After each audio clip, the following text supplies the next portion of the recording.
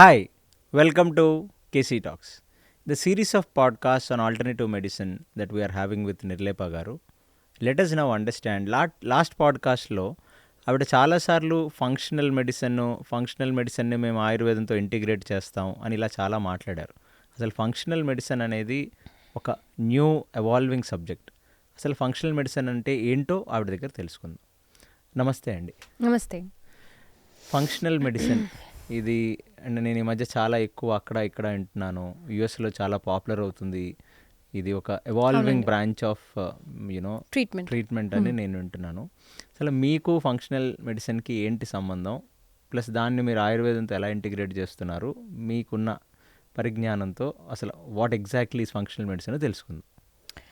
So జనరల్గా ఏమైందంటే అండి, మనం కొంచెం హిస్టరీ మాట్లాడుకున్నట్టయితే కార్డియోవాస్కులర్ డిసీజెస్ ఓవరాల్గా ఎక్కువ మనకి రావటం జరుగుతూ ఉంటుంది. జనరల్గా ఒక స్టేజ్లో వచ్చినప్పుడు అందరూ ఇంకా నెక్స్ట్ ప్రివెన్షన్ ఏంటి, అస్తమాను మనకి డిసీజ్ వచ్చిన తర్వాతే మనం యాక్టివ్ అవుతున్నామే తప్ప, or we are going for any therapy or surgery, కానీ దీని ప్రివెన్షన్ ఎట్లాగా అని ఒక చిన్న polypill way of giving medicines అని స్టార్ట్ చేశారు మోడర్న్ మెడిసిన్ వాళ్ళు. And they putting it in research part. చాలా పాలిపిల్ అంటే ఒక కార్డియోవాస్కులర్ డిసీజ్ ఒక ఏజ్ వచ్చిన తర్వాత వాళ్ళు ఒక స్టాటిన్, ఒక యాంటీ హైపర్టెన్సివ్, ఇంకొక బ్లడ్ థిన్నర్, 3 కలిపి మెడిసిన్ కింద రెగ్యులర్గా వాడిచ్చేస్తారు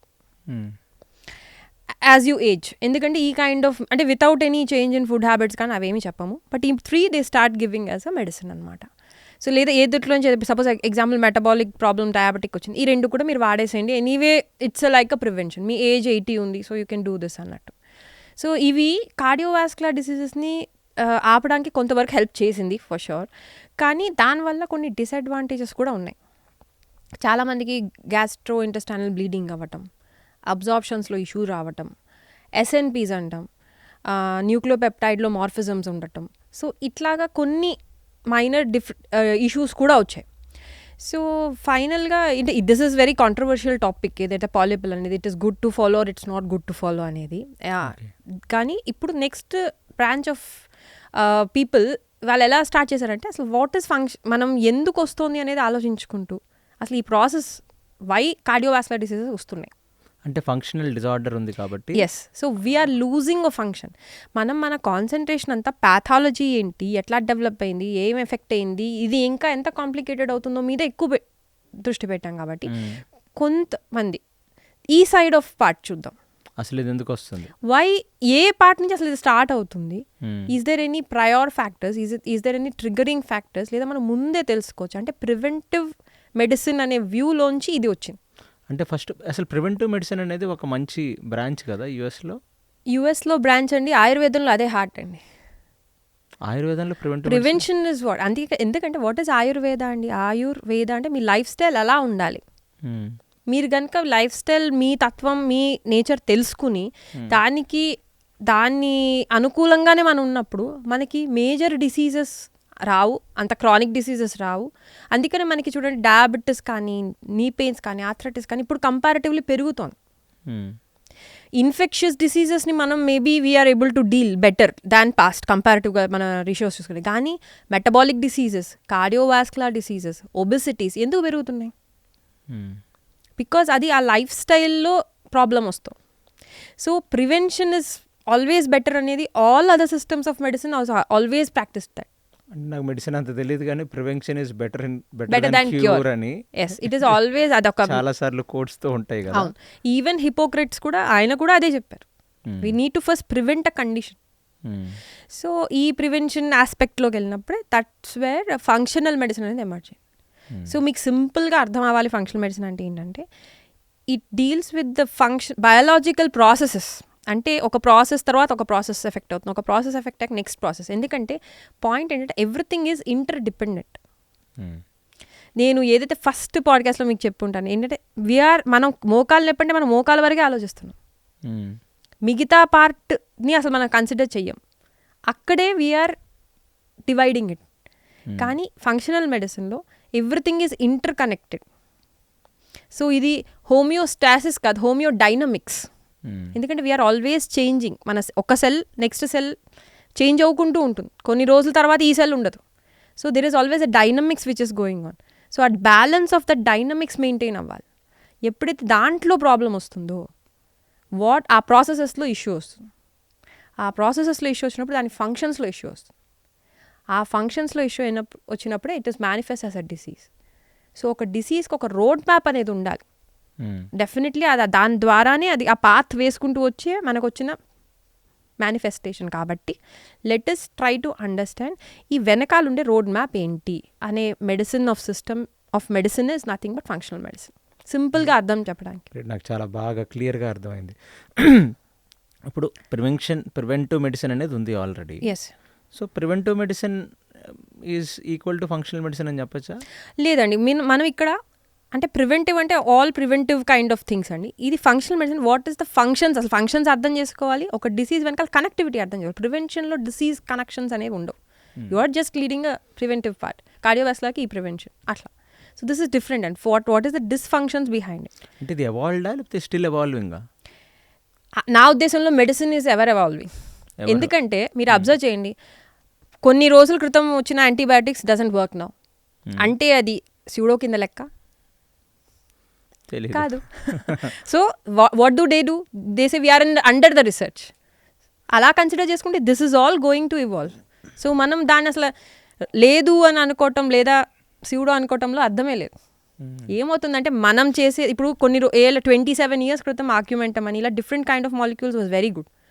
కొన్నాళ్ళ క్రితం వాడి know this is causing liver disorder, so మనం ఆపుదాం. కానీ వీళ్ళ అండర్స్టాండింగ్లో కూడా చేంజెస్ ఉన్నాయి కదా. ఒక 10 years back 5.7 was considered, more than 5.7 HbA1c is considered pre diabetic. ఇప్పుడు 6.2 కూడా 6.2 ప్రీ డయాబెటిక్ అంటున్నారు. అంటే అదే దట్స్ వై నేను అనింది హోమియో డైనమిక్స్, హోమియోస్టేసిస్ కాదు మంది. సో మనకి ఎప్పుడైతే మెడిసిన్లో ఎక్స్ప్లెయిన్ చేస్తారో we have to maintain our homeostasis అంటాం. What is homeostasis అంటే ఒక కండిషన్ని మనం మెయింటైన్ చేసుకుంటున్నాం. But it is never at a stagnation part. Change అవుతూ ఉంటుందండి మన బాడీ. బికాజ్ మన body we are a part of creation అనుకోండి, వరల్డ్ అనుకోండి, విచ్ ఈస్ ఎవర్ చేంజింగ్. మనం ఉండే లైఫ్ స్టైల్ కండిషన్స్, మన తీసుకునే ఫుడ్ క్వాలిటీస్ అన్నీ చేంజ్ అవ్వకుంటూ వస్తున్నప్పుడు దాంతో పాటు అడాప్ట్ చేసుకుంటూ మనం చేంజ్ కావాలి. మనం ఇప్పుడు ఇలా ఉన్నాం అప్పుడు అలా ఉన్నాం కంపేర్ చేయడానికి ఇన్ని ఫ్యాక్టర్స్ని కన్సిడర్ చేసుకోవాలి. సో ఈ కండిషన్స్ నుంచి వచ్చిందే ఫంక్షనల్ మెడిసిన్ అండి. సో వీళ్ళకి బేసిక్ ప్రతి దానికి ఒక ఫిలాసఫీ ఉన్నట్టు దీనికి కూడా basic principles. So what do they want to achieve through this functional medicine అనుకుంటే, first thing it should be more patient oriented rather than disease oriented. ఈ డిసీజ్ వల్ల ఇది వస్తుంది, ఈ డిసీజ్ వల్ల ఇది వస్తుంది, ఈ డిసీజ్ మీకు వచ్చింది కాబట్టి ఈ మెడిసిన్స్ అని కాకుండా మీలో ఈ డిసీజ్ ఎందుకు వచ్చింది, మీలో ఏం ల్యాక్ ఆఫ్ అవ్వటం వల్ల ఈ డిసీజ్ వచ్చిందని పేషెంట్ని సెంటర్లో పెట్టి డిసీజ్ని సైడ్లో పెడతారు. That is patient oriented. And ఈ పార్ట్ అనేది ఆయుర్వేదంలో అనుకోండి, హోమియోపతిలో అనుకోండి, న్యాచురోపతిలో is the main point. So అక్కడ అది మ్యాచ్ అవుతుంది. సెకండ్ థింగ్, వీళ్ళు ఎన్విరాన్మెంటల్ మెడిసిన్ మీద ఎక్కువ ఫోకస్ చేస్తారు. So they really think that epigenetic factors అనేది చాలా ఇంపార్టెంట్ రోల్ ప్లే చేస్తుంది even for the severe most disease called cancer. ఇప్పుడు క్యాన్సర్ గ్రో అవుతోంది అంటే మన బాడీలో ఎప్పుడూ లేనది అప్పుడు సడన్గా గ్రో అవుతుందంటే మన బాడీలో ఏదో ఒక ఎన్విరాన్మెంట్ చేంజ్ అయింది which is leading to that growth, which is supportive to the growth. అది జెనెటిక్ లెవెల్ నుంచి చేంజ్ చేసుకుంటూ రావచ్చు. సో ఎపిజెనెటిక్స్కి చాలా ఎక్కువ ఇంపార్టెన్స్ ఇవ్వటం జరుగుతుంది. సో మనం ఏమైనా చేంజ్ అవ్వాలన్నా, ఫర్ ఎగ్జాంపుల్ నేను బెస్ట్ మీకు చెప్పే తగ్గైతే నేను ఒక పాప చేసాం సార్. అంటే ఆ పిల్లకి ఇమ్యూనిటీ తక్కువ అని వచ్చారు పేషెంట్. ఎందుకంటే తను తరచుగా జలుబు దగ్గు వస్తూ ఉంటుందని. సో ఇప్పుడు జలుబు దగ్గు వచ్చింది కదా అంటే ఆ నిమిషం వచ్చిన ఇన్ఫెక్టివ్ రైనైటిస్ కాదు, అది ఒక అలర్జిక్ రైనైటిస్. అది పల్స్ ద్వారా మనం చూసుకుంటూ నేను టెస్టులు కూడా నేను చేయించేది ఏంటంటే లైక్ IgE ఎలా ఉంది, తనకి వైటమిన్ D లెవెల్స్ ఎలా ఉన్నాయి, ఇవన్నీ చెక్ చేసుకుంటూ దాన్ని ఓవరాల్గా సెట్ చేసాం. సెట్ చేసిన తర్వాత కూడా వాళ్ళతో ఇంకా హిస్టరీ వాళ్ళతో యాజ్ మనం మాట్లాడుతున్న కొద్దీ వాళ్ళు తెలిసింది ఏంటంటే వాళ్ళు ఉండే ఇంట్లో కంపారిటివ్గా టెంపరేచర్ తక్కువ ఉంటుందంట అండి. ఈవెన్ ఒకే బిల్డింగ్లో ఉంటారు, వాళ్ళకి సన్లైట్ అనేది ఫ్లాట్లోకి తక్కువ వస్తుందంట. సో వాళ్ళ టెంపరేచర్ కూడా తక్కువ ఉంటుందంట. సో అక్కడ మనకు అర్థమయ్యేది ఏంటంటే సో అలాంటి తక్కువ టెంపరేచర్ అండ్ నో సన్లైట్ రీజన్స్లో మోల్డ్స్ ఎక్కువ వస్తాయి. మనకి కళ్ళకి కనిపించే లోపలనే మోల్డ్ స్టార్ట్ గ్రోయింగ్. ఈవెన్ మనకి వాల్స్లో కూడా పీల్ అవ్వటము, మనకి వాల్ పెయింట్స్ అని పీల్ అవ్వటం, అక్కడ డార్క్గా రావటం బ్లాక్. సో అవన్నీ ఏంటంటే మోల్డ్స్. మనం తెలుసో తెలియకో ఇన్హేల్ చేస్తూనే ఉంటాం. సో అదొక ఎన్విరాన్మెంటల్ ఎపిజెనెటిక్ ఫ్యాక్టర్ ఏదైతే ఈ పాప కండిషన్ మళ్ళీ ట్రిగర్ చేసే ఛాన్సెస్ చాలా ఎక్కువ ఉంటాయి.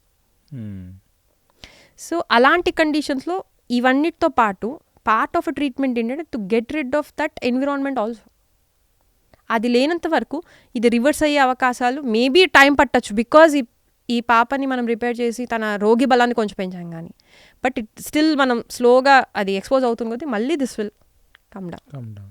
సో ఎపిజెనెటిక్ ఫ్యాక్టర్కి చాలా ఎక్కువ ఇంపార్టెన్స్ ఉంటుంది. థర్డ్, వీళ్ళు బయోకెమికల్ ఇండివిజువాలిటీ మీద బిలీవ్ చేస్తారు. Next third part. సో ఇప్పుడు సపోజ్ 4 to 5 మెంబర్స్ని కూర్చోపెట్టాం, అందరికీ ఒకే క్యాలరీస్ ఒకే టైంలో తోడుపెట్టిన పెరిగిచ్చాం. ఒకవేళ మనం టెస్ట్ చేసే కెపాసిటీ ఉంటే ఈ 4 రకాలుగా డైజెస్ట్ చేసుకుంటారు, దాన్ని 4 విధానాలుగా అబ్జర్వ్ చేసుకుంటారు. So it is very important మనం ఎప్పుడైతే ట్రీట్ చేస్తామో వాళ్ళ బయోకెమికల్ ఇండివిజువాలిటీ ఎలా ఉందో చూసుకోవటం. ఎలర్జిక్ ఉన్నారా, వాళ్ళ గట్ బయోమ్ ఎట్లా ఉంది, వాళ్ళు ఇప్పుడు సపోజ్ లాక్టోబాసిల్లస్ బాగుంది, వాళ్ళకి ఆ బ్యాక్టీరియా బాగానే ఉండొచ్చు, ఇంకో బ్యాక్టీరియాలో ల్యాక్ ఆఫ్ ఉండొచ్చు. సో అలాంటి వాళ్ళకి this is not very right diet. So అట్లాగా బయోకెమికల్ ఇండివిజువాలిటీ అనేది కూడా is very important, which again matches with Ayurveda and మిగతా వాళ్ళకి. మనం బయోకెమికలే కాదు, వీళ్ళు అసలు కంప్లీట్గా unique as their fingerprint అని చెప్తాం. ఎందుకంటే ఇప్పుడు కఫ ఎక్కువ ఉన్నవాడు పెరుగుతున్నాడు, వాడికి సెక్రెషన్స్ పెరుగుతాయి. పిత్తం ఎక్కువ ఉండేవాడు కఫ తిన్నాడు, వాడికి మేబీ కాసేపు నాకు సోర్ ఫీలింగ్ రావచ్చు. వాతం వాడు తిన్నాడు, he will feel better. So అక్కడ ఏ కండిషన్లో ఎలా తినాలి, దాంట్లో ఏం యాడ్ చేయాలి అనేది ఎప్పటి నుంచో ఆయుర్వేదంలో చాలా స్పెసిఫిక్గా చెప్పాలి. అందుకనే ఒక జనరల్గా ఇన్స్టాగ్రామ్స్ అనుకోండి, లేకపోతే ఎక్కడంటే ఒక టిప్ చెప్పండి చాలు అంటారు. వాట్ టిప్ అండి? అసలు మనకి ఇంత డెప్త్ ఉన్నప్పుడు, ఒక డాక్టర్ కింద నేను ఉన్నప్పుడు టిప్ చెప్పడం ఇస్ వెరీ డిఫికల్ట్. ఒక పర్సన్కి సూపర్ ఫుడ్ ఏంటో కూడా చెప్పలేం ఫ్రాంక్లీ. ఆ స్థితి బట్టి, ఆ కండిషన్ బట్టే అతనికి అది ఏది నెసెసరీయో అది correct food. So this is అంత ఇండివిజువాలిటీ మీద బిల్డ్ అయ్యి ఉంది ఆయుర్వేదం కానీ ఇవన్నీ, హోమియోపతి కూడా అంతే. సో అక్కడ అగైన్ దిస్ మ్యాచెస్. నెక్స్ట్ వచ్చేటప్పటికి ప్రతి దానికి ఒక డిస్ఫంక్షన్ ఉంటుంది. అది it can be at organ level, tissue level, cellular level. So cellular nutrition and cellular nourishment మీద కూడా ఫంక్షనల్ మెడిసిన్ ఎక్కువ ఫోకస్ చేస్తుంది. సో ఇది తన ఫంక్షనల్ మెడిసిన్ యొక్క main principles on which the treatment goes on. So through functional medicine మనం చేసే tests డిఫరెంట్గా ఉంటాయి. కాకపోతే చాలా టెస్టులు చేపిస్తారు, న్యూ టెస్ట్ కూడా ఎవాల్వ్ అవుతున్నాయి. మీ గట్ బయోమ్ ఎట్లా ఉంది, latest test how is your bacterial ఇవన్నీ ఉన్నాయి, చాలా వస్తున్నాయి. But so that is one kind of approach. అంటే వాళ్ళంతా ఏంటంటే ఇది మ్యాచ్ చేసుకుంటూ, ఇటు టెస్ట్లు మ్యాచ్ చేసుకుంటూ వెళ్తాం. నెక్స్ట్ వీళ్ళు మేజర్గా 6 ఫిజియలాజికల్ ప్రాసెసెస్ని చూస్తారు. ఒక పేషెంట్ వచ్చారు, వాళ్ళ ఎయిమ్ ఇది, ట్రీట్మెంట్ ఎయిమ్ అంతా ఇప్పుడు మనం చెప్పుకున్న ఈ బయోకెమికల్ ఇండివిజువాలిటీ అనుకోండి. నెక్స్ట్ ఏమో patient should be the main part, epigenetic factors ఎలా ఉన్నాయి, తన దాంట్లో ఫంక్షనల్లో ఎక్కడ ఇష్యూ ఉన్నాయి. సో ఇది మైండ్లో పెట్టుకుని ఒక పేషెంట్ రాగానే 6 మేజర్ ఫిజియలాజికల్ ప్రాసెసెస్ ఎలా ఉన్నాయి అనేది వాళ్ళు చెక్ చేసుకునేది. ఫస్ట్ వచ్చేటప్పటికి తన డైజెషన్, అసిమిలేషన్, బయోమ్ ఎలా ఉంది. గట్ అనేది మనకి మెయిన్ పార్ట్. ఈ మధ్య 10-15 years నుంచి దీని గురించి ఎక్కువ మాట్లాడుకుంటున్నాం. కానీ నేను మీకు నెక్స్ట్ దాంట్లో అసలు ఆయుర్వేదంలో గట్ ఎప్పటి నుంచి చెప్పుకుంటున్నారు అనేది నేను మీకు చెప్తాను. అప్పుడు ఇది ఎప్పటి నుంచో ఉన్న టాపిక్ అనేది మనకు అర్థమవుతుంది. 10-15 years కూడా కాదండి, లాస్ట్ 5 years కోవిడ్ తర్వాత నుంచే గట్ ఎక్కువైంది. సో ఇప్పుడు ఎక్కువ మాట్లాడతాం, అంటే ఇప్పుడు మనం దాని ఇంపార్టెన్స్ తెలుసుకుని దాని మీద ఎక్కువ అవేర్నెస్ పెట్టాం అంతే. అంతేగాని గట్ ఇంపార్టెన్స్ ఓన్లీ ఇప్పుడే వచ్చినది కాదు, ఎప్పటి నుంచో ఉన్నది. సో మనం ఫస్ట్ తీసుకునే క్వాలిటీ ఆఫ్ ఫుడ్ ఏంటి, ప్రాపర్ న్యూట్రిషన్ తీసుకుంటున్నామా, అది తీసుకోవటమే కాకుండా ప్రాపర్ డైజెషన్ అవుతుందా, ప్రాపర్ డైజెషనే కాకుండా ప్రాపర్ అబ్జార్ప్షన్ అండ్ అసిమిలేషన్ అంటే సెల్యులార్ లెవెల్ వరకు వెళ్తుందా లేదా అనేది చెక్ చేసుకోవాలి. బెస్ట్ ఎగ్జాంపుల్ వైటమిన్ డీనే. లెవెల్స్ ఆఫ్ సీరం లెవెల్స్ బాగానే ఉంటాయి, బట్ స్టిల్ పెయిన్స్ ఉంటాయి. మనం కనుక జాగ్రత్తగా చూసినట్లయితే వాళ్ళు మెగ్నీషియం ల్యాక్ ఆఫ్ ఉండొచ్చు. ఎందుకంటే వైటమిన్ డి హై డోస్లో ఉన్నప్పుడు మెగ్నీషియం డిప్లీట్ చేసుకుంటూ ఉంటుంది to do it's function. So మనం అక్కడ చెక్ చేసుకోవాల్సింది సీరం లెవెల్లో వైటమిన్ డి బాగుంది కదా, సో వైటమిన్ డిని పక్కన పెట్టేయకూడదు. Supplement the magnesium and ask them to take magnesium rich foods. ఇవన్నీ చేశాక కూడా వాళ్ళల్లో ఉండే అప్పుడు దాన్ని బట్టి మనం వీ కెన్ ప్రొసీడ్. సో ఆ assimilation part is very important. ఆ తర్వాత మైక్రోబయోమ్. మైక్రోబయోమ్ అని కూడా ఈ మధ్య కాలంలో బాగా వింటున్నాం. అసలు మనకి ఆల్మోస్ట్ సెల్స్ ఎన్నో దానికన్నా 3 times మోర్ ట్రిలియన్ సెల్స్ ఒక వరల్డ్ అనేది ఉంటుంది గట్ మైక్రోబయోమ్. బయోమ్ అనేది ఓన్లీ గట్లోనే కాదు, స్కిన్ ఉంటుంది, మన లంగ్లో కూడా ఉంటుంది. సో అంటే మనతో పాటు చాలా కణాలు మనతో పాటు ఉంటున్నాయి. సో వీఆర్ మనమే ఒక ఈకోసిస్టమ్. అవును. సో మనం తీసుకునే ఫుడ్ దీనికి మన ఈకోసిస్టమ్ని డిస్టర్బ్ కాకుండా ఉండే ఫుడ్ అనుకోండి, మనం హ్యాపీగా we can lead a good quality of life. ఎప్పుడైతే మనం ఈ ఈకోసిస్టమ్ని డిస్టర్బ్ చేసే ఫుడ్స్ తరచుగా తీసుకుంటూ వెళ్తామో అప్పుడే మనకి డిజార్డర్ వస్తుంది. So that is the first criteria. So వాళ్ళ గట్ హెల్త్ ఎట్లా ఉంది, that is the first thing in functional medicine ఒక పేషెంట్ వచ్చినప్పుడు. సెకండ్ థింగ్, తనకి body repair and defence mechanism ఎట్లా ఉంది. మన బాడీలో రిపేర్ ఏం జరగాలన్నా మనకు కావాల్సిన సెల్సే ఇమ్యూన్ సెల్స్. ఈ రిపేర్లో మనం తక్కువ రిపేర్ జరిగినా లేదా ఓవర్ సెన్సిటివ్గా రియాక్ట్ అయినా అప్పుడు అవి డిసీజ్ కింద మారుతాయి. That is the major disorder. So ఈ ఇమ్యూన్ సెల్స్ అనేవి బ్లడ్లో, గట్లో, ఆల్ కైండ్ ఆఫ్ మ్యూకస్ సెల్స్లో కూడా ఉంటాయి. ఆల్ కైండ్ ఆఫ్ మ్యూకస్ లైనింగ్లో కూడా we have these immune cells. So జనరల్గా ఏంటంటే ఇమ్యూన్ కనుక తక్కువ ఉందనుకోండి, దట్ ఈస్ ఇమ్యూన్ డెఫిషియన్సీ అంటాం. ఊరికే చిన్న చిన్న వాటికి రియాక్ట్ అవటం మొదలైంది అనుకోండి, దాన్ని హైపర్ సెన్సిటివిటీ డిజార్డర్ అంటారు, విచ్ ఈజ్ ఈక్వల్లీ డేంజరస్. అంటే మిగతా వాళ్ళందరూ డస్ట్ ఎలర్జీ అంటే డస్ట్కి అందరూ ఎక్స్పోజ్ అవుతాం, కానీ మన ఇమ్యూన్ మనకి ఈవెన్ మనకు అవగాహన లేకుండా కూడా it is clearing it of. ఇది ఎట్లా జరుగుతుందంటే this is because of tolerance levels, లేదా వాళ్ళు థ్రెష్-హోల్డ్ అంటారు. ఒక్కొక్కరికి ఒక్కొక్క థ్రెష్-హోల్డ్ ఉంటుంది, దాన్ని బట్టి మన రియాక్టివిటీ ఉంటుంది. ఈ టాలరెన్స్ మనకి ఫ్రమ్ జెనెటిక్స్లో అనుకోండి, ఫ్రమ్ పేరెంట్స్ అనేది వస్తుంది. అండ్ విత్ జనరేషన్ ఈ మధ్య కాలంలో నోట్ చేసింది ఏంటి అంటే as the generation passes tolerance తగ్గుతోంది. అందుకనే మనం పాతకాలంలో ఒక చాక్లెట్ తినిన రియాక్షన్ కన్నా ఇప్పుడు పిల్లలు తినే చాక్లెట్ రియాక్షన్స్ కంపారిటివ్గా ఎక్కువ వస్తున్నాయి. అవును. మనం షుగర్ టాలరెన్స్ కన్నా ఇప్పుడు ఉండే పిల్లల షుగర్ టాలరెన్స్ ఇస్ డిఫరెంట్. ఇది పడిపోతుంది. సో సెకండ్ థింగ్, అసలు బాడీలో ఏమైనా ఇంజురీ జరిగితే ఎంత రిపేర్ మెకానిజంకి ఛాన్స్ ఉంది, are we hypersensitive or low in sensitivity అనేది second checking. Third, bioenergetics అండి. అంటే మనం ఒక ఫుడ్ తీసుకున్నాం, ఫైనల్ ఏమేంటండి, అది ఎనర్జీ కింద మారటం. అది మైటోకాండ్రియా వరకు రీచ్ అయ్యి ఆక్సిజన్ యూటిలైజ్ అవ్వబడి దాని నుంచి మనకు కావాల్సిన ఎనర్జీ రావాలి. ఎప్పుడైతే దాని నుంచి కావాల్సిన ఎనర్జీ రాదో the whole process of having food is somewhere incomplete. So వీళ్ళ ఎనర్జెటిక్స్ ఎలా ఉన్నాయి, అక్కడే మనకి మెటబాలిక్ డిజార్డర్స్. నెక్స్ట్ ఏమో మనం ఆక్సిజనేషన్ ఎట్లా ఉంది, ఎనీమిక్ కండిషన్స్. క్రానిక్ ఎనీమియా అనేది చాలా కామన్, 80 to 90% ఫీమేల్లో ఉండే ప్రాబ్లం. మేల్లో కూడా ఉంటుంది, బట్ ఎక్కువగా ఫీమేల్లో చూస్తాం. అంటే వాళ్ళ ఈ గట్ హెల్త్ ప్రాబ్లం వల్ల వాళ్ళ అబ్జార్ప్షన్ ఓవరాల్గా తగ్గి ఈ సీరం ఫెరిటిన్ లెవెల్స్ పడిపోతుంది. మనం జనరల్గా ఎనీమియా అంటే హిమోగ్లోబిన్ ఒకటే కన్సిడర్ చేసుకుంటామండి, కానీ హిమోగ్లోబిన్తో పాటు we have to check iron profile. ఎందులో అయితే 4 more ఫ్యాక్టర్స్ ఉంటాయి. అంటే అసలు సీరం ఐరన్ ఎట్లా ఉంది, సాచురేషన్ ఫ్యాక్టర్ ఎట్లా ఉంది, మీ బాడీ ఆ protein which carries the iron and oxygen అది ప్రాపర్గా ఉందా లేదా, అవన్నీ కూడా ఫ్యాక్టర్స్ కంపల్సరీగా చెక్ చేసుకోవాలి. చాలామందికి హిమోగ్లోబిన్ భావన ఈ ఫ్యాక్టర్స్లో డెఫిషియన్సీ ఉన్నప్పుడు సీరం ఫెరిటిన్ లెవెల్స్ పడిపోయి ఉంటాయి, బాగా లో ఉంటున్నాయి ఫ్రాంక్లీ. అంటే 1, 2, 10 అంటే అది ఆల్మోస్ట్ 150 అబవ్ ఉండాలి. అలాంటప్పుడు కూడా they can not completely process the food అనుకోండి, లేకపోతే ఎనర్జీ అనేది ప్రాపర్గా ప్రొడ్యూస్ కావు. సో వాళ్ళ bioenergetic level, chronic fatigue syndromes ఇలాంటి కండిషన్స్ ఎక్కువ ఉంటాయి.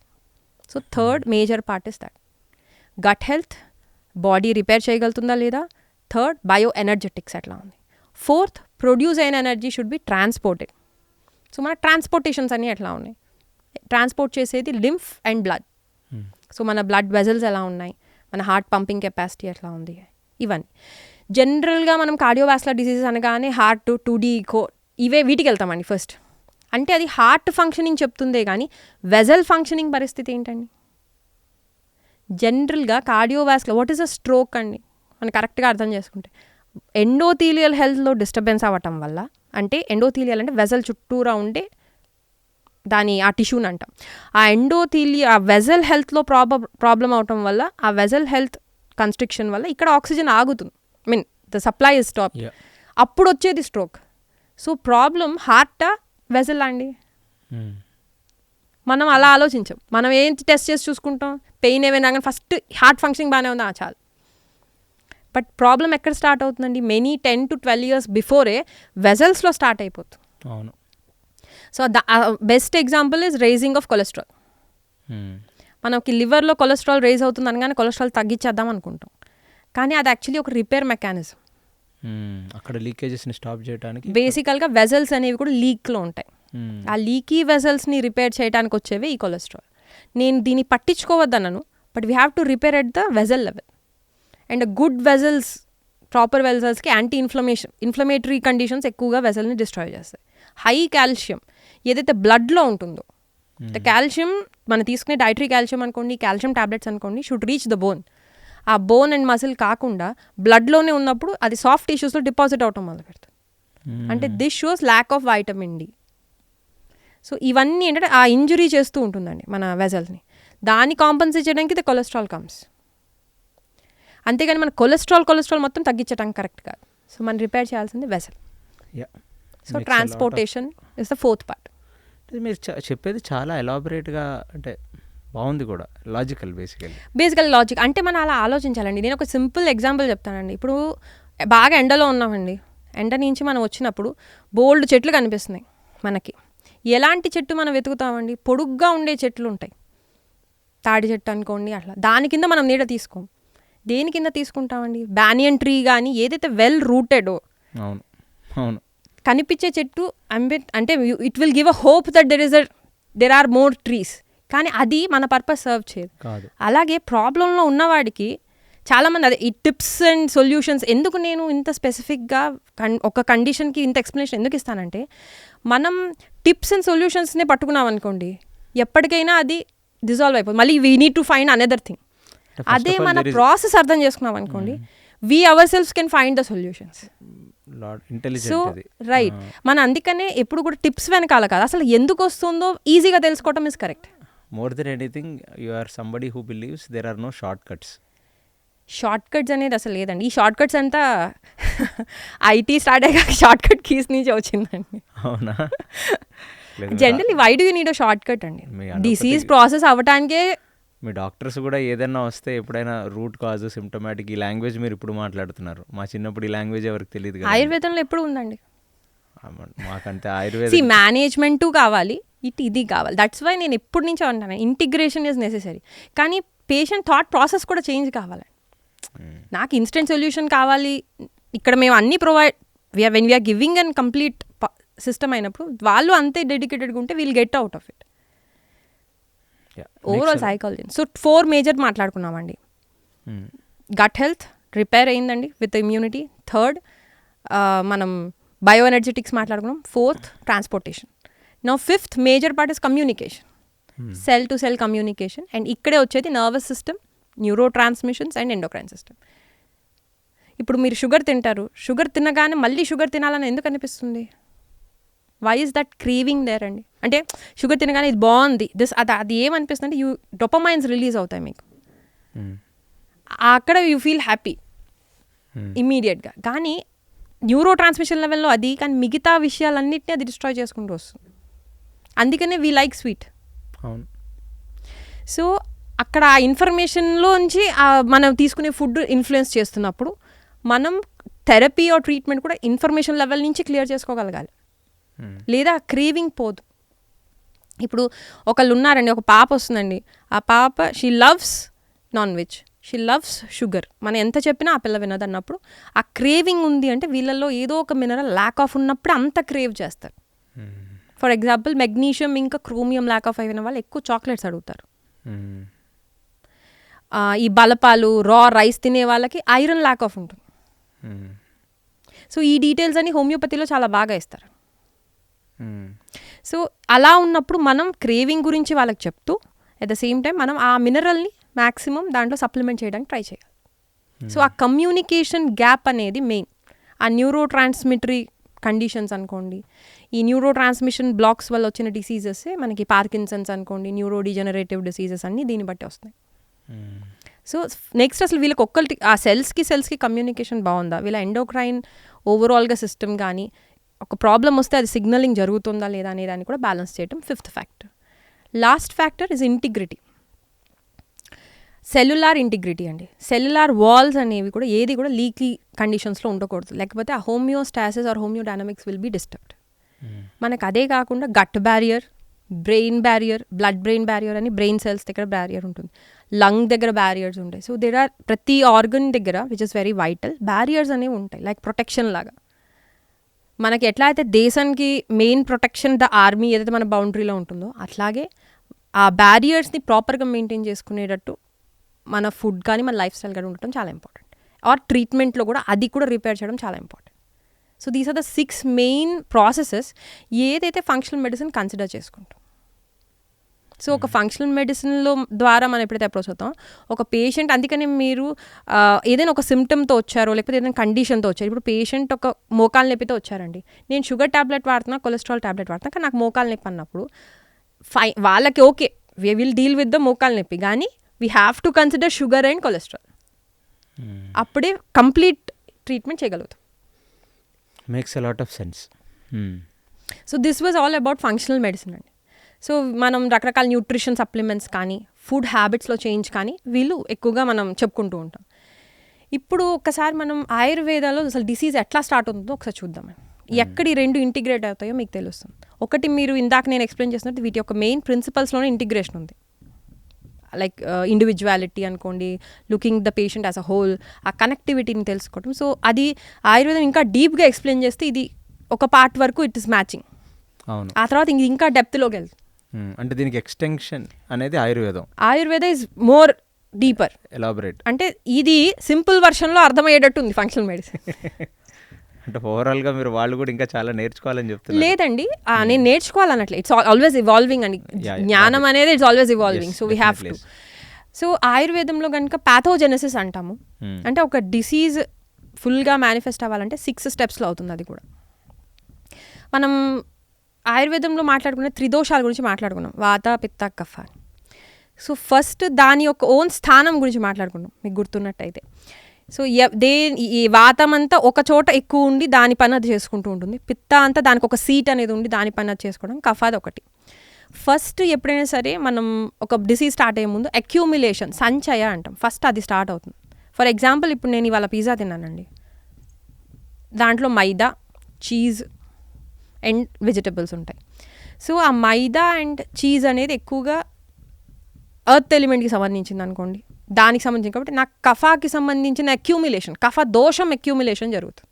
కఫం కాదు, వైటల్ ప్రిన్సిపల్ కాదు, దోషం, ద నెగిటివ్ ఎఫెక్ట్ అనేది అక్యూమిలేట్ అవుతుంది. సో తినగానే కొంచెం హెవీగా అనిపించడం, నిద్ర అనిపించడం, లెథార్జిక్గా అనిపించడం, ఇది జరుగుతుంది. నెక్స్ట్ డేకి బికాజ్ అది ఓన్లీ 1 టైం కాబట్టి ఇట్స్ ఫైన్, నెక్స్ట్ డేకి మామూలుగా నార్మల్ అయిపోయే ఛాన్సెస్ ఉంటాయి. అలాగే పిత్త అక్యూమిలేషన్ అయినప్పుడు, వాత అక్యూమిలేషన్, సో కఫ అక్యూమిలేషన్ అయినప్పుడు జనరల్గా మనకి ఏంటంటే డైజెషన్లో ఫస్ట్ ఎప్పుడు కూడా మనకి డిసీజ్ అనేది డైజెషన్ నుంచే స్టార్ట్ అవుతుంది. According to Ayurveda first 2 steps always starts from digestion. So కఫానికి సంబంధించిన డిసార్డర్ వచ్చినప్పుడు స్టమక్లో ప్రాబ్లం వస్తుంది. సో వాళ్ళకి ఈ lethargic feeling, indigestion, bloated feeling ఉంటుంది ఆ తినగానే వెంటనే. పిత్తాలో అయితే వెంటనే ఒక బర్నింగ్ సెన్సేషను, ఎల్లో యూరినేషను, ఒక బర్నింగ్, ఒక సింపుల్ ఒక యాసిడిక్ ఫీలింగ్ లాగా అనిపిస్తుంది. వాతం వాళ్ళకేమో దే ఫీల్ ఒక లైట్ హెడెడో లేకపోతే కొంచెం కాన్స్టిపేటెడ్గా ఆ రోజు కనిపించడం, ఇట్లా వాళ్ళకి 3 సిమ్టమ్స్ అనేవి మనకి 3 దోషాల్లోనూ కనపడతాయి. పిత్తాకి సంబంధించిన అక్యూములేషన్ జరిగినప్పుడు it happens at the small intestine, పిత్తాకి సంబంధించిన డైజెషన్ అంతా. కఫానికి సంబంధించిన డైజెషన్ అంతా లార్జ్ ఇంటెస్టైన్. సో ఈ 3 ప్లేసెస్ జరుగుతాయి. సో ఫస్ట్ స్టేజ్ సంచయ, అక్యూములేషన్. సెకండ్ స్టేజ్ ప్రకోప, అగ్రవేషన్. అక్యూములేట్ అయింది, అది మిగతా ఎలిమెంట్స్ కన్నా ఎక్కువ డామినేటింగ్గా ఉంది.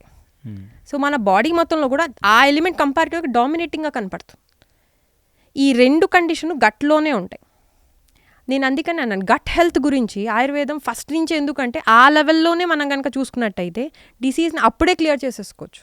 అంటే అసలు డిసీజ్ హార్డ్లీ మేనిఫెస్ట్స్, జస్ట్ ఆ డిసార్డర్ ఆ ప్రకోపంలోనే ఉన్నప్పుడే కనుక పల్స్ ద్వారా కానీ మనకు వచ్చే సిమ్టమ్స్ని మనం కొంచెం గమనించినట్లయితే అక్కడే మనం దాన్ని మేనేజ్ చేసుకోవచ్చు. దాన్ని నెక్స్ట్ ఏంటి అనేది మనం ఆలోచించుకుని ట్రీట్ చేసుకోవచ్చు. సో ప్రివెంటివ్ మెడిసిన్లో ఇప్పుడు గట్ హెల్త్ అంటున్నారు, కానీ ఆయుర్వేదంలో ఎప్పటి నుంచో ఫస్ట్ అదే.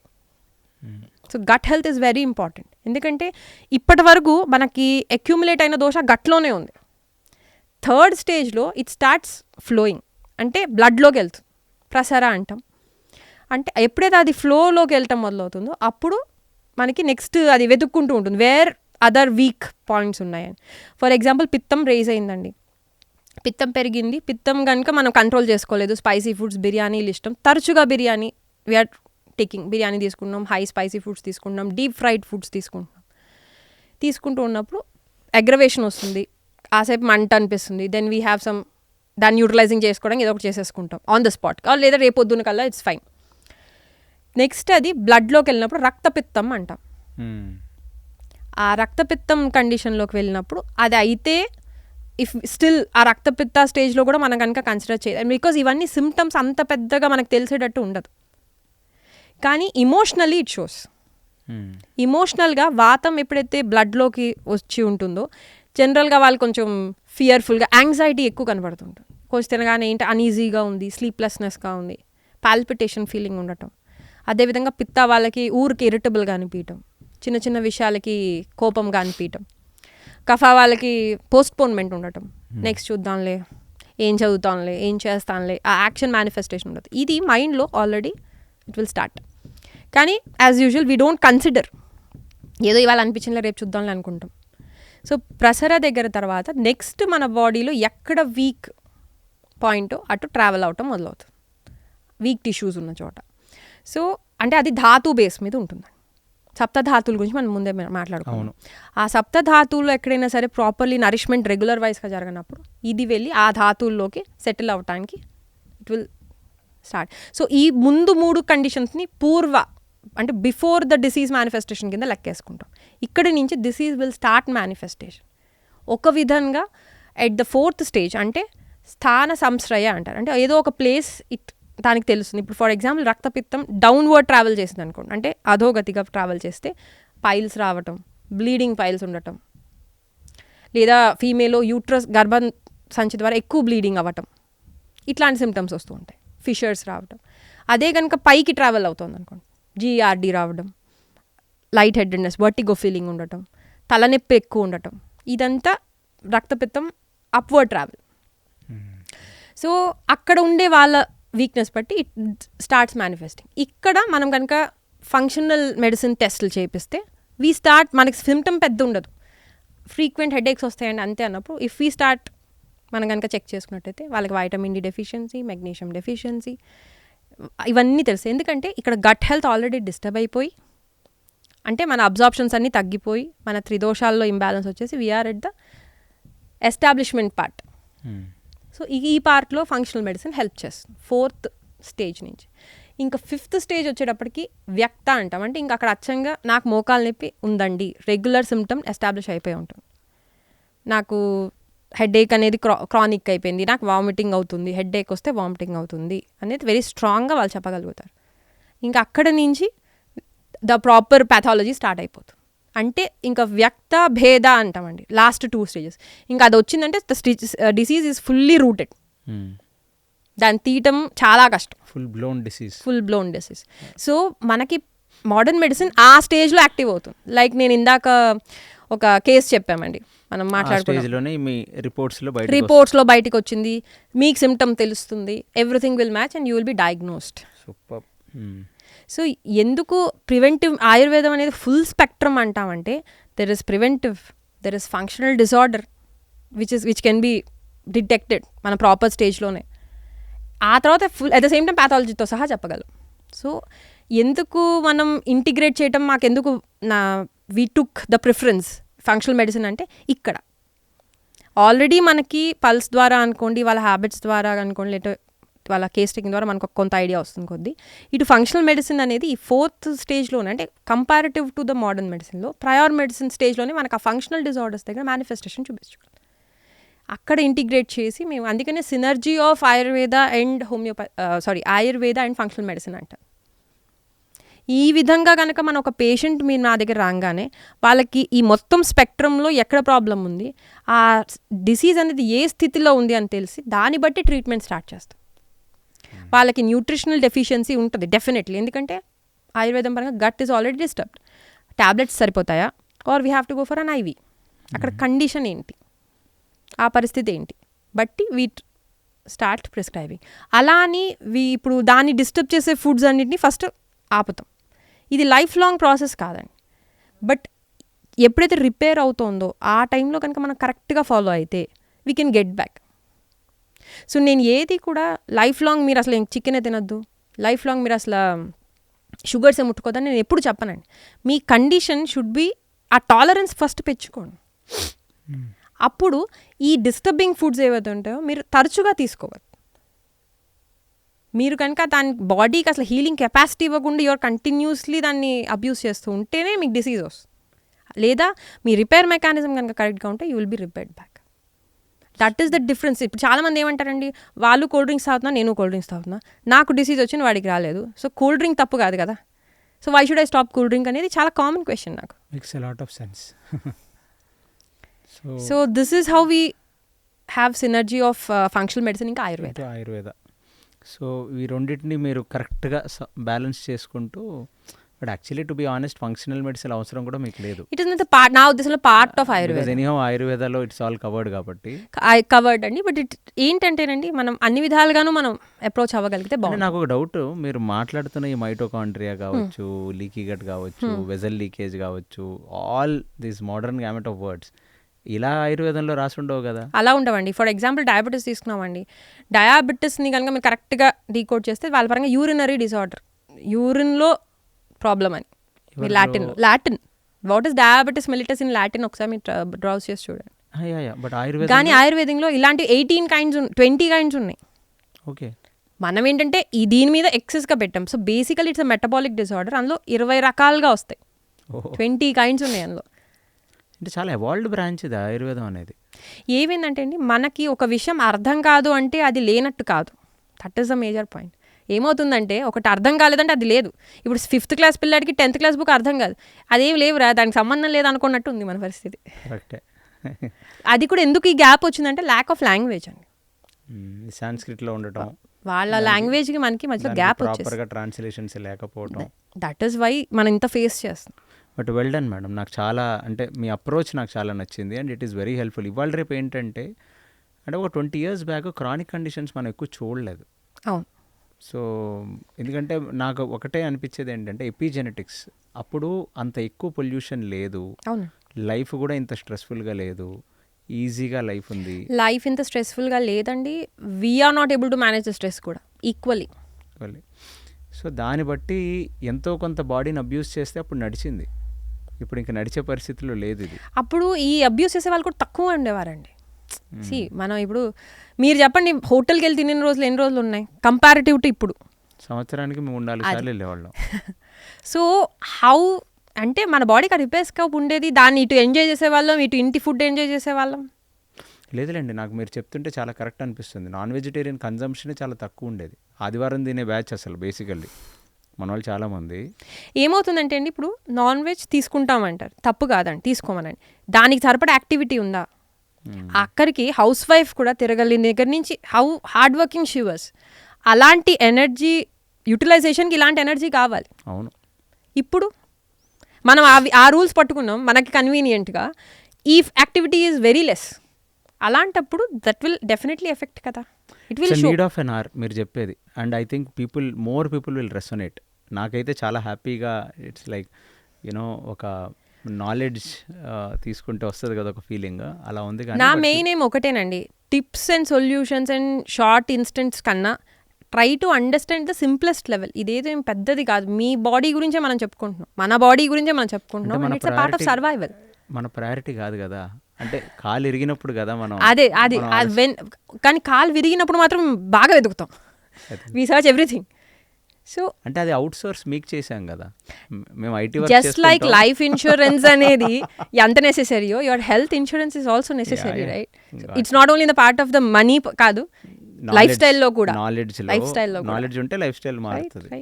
So well said madam. I'm so glad and I'm mesmerized with all the connections. Actually very informative session. Thank you so much నిర్లేప గారు. నమస్తే.